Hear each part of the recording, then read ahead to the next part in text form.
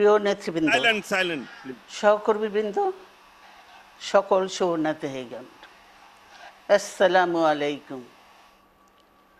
প্রতি বছর মে মাসের এই দিনটি আমাদের পরিবারে আসে এক বেদনা বিধুর স্মৃতি নিয়ে। এই দিনে শুধু আমাদের পরিবার নয়, বরং সমগ্র দেশই হয়ে উঠে পড়েছিল বেদনার্ত ও অভিভাবকহীন।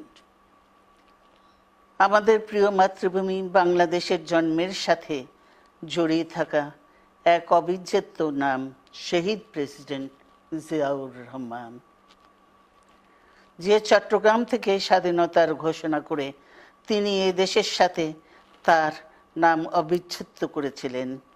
সেই চট্টগ্রামেই এক সফল, সৎ, দূরদর্শী ও প্রকৃত দেশপ্রেমিক প্রেসিডেন্ট হিসেবে নিজের জীবন উৎসর্গ করেছেন।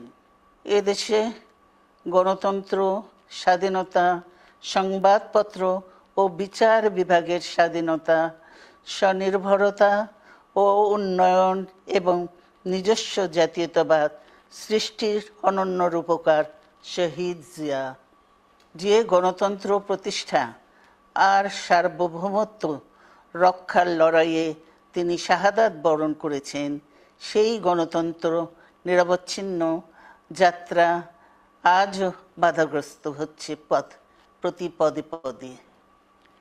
খুব শীঘ্রই আমরা বাংলাদেশকে গণতন্ত্রে পুনঃপ্রতিষ্ঠিত দেখতে পাব। এই হোক শহীদ জিয়ার শাহাদাত বার্ষিকীতে আমাদের অঙ্গীকার। এই লক্ষ্যে সুশৃঙ্খলভাবে এগিয়ে চলার জন্য আমি বিএনপির সকল পর্যায়ের নেতা কর্মী ও দেশবাসীর প্রতি আহ্বান জানাচ্ছি। মনে রাখবেন, সবার জন্য গণতন্ত্র ও উন্নয়নের মাধ্যমে সকল সমস্যার সমাধানের যে রাজনীতি শহীদ জিয়া রেখে গেছেন, তা বাস্তবায়নের মাধ্যমে তার প্রতি শ্রদ্ধা জানাতে হবে। আমরা তার বিদায়ী আত্মার মাগফিরাত কামনা করছি। আল্লাহ হাফেজ।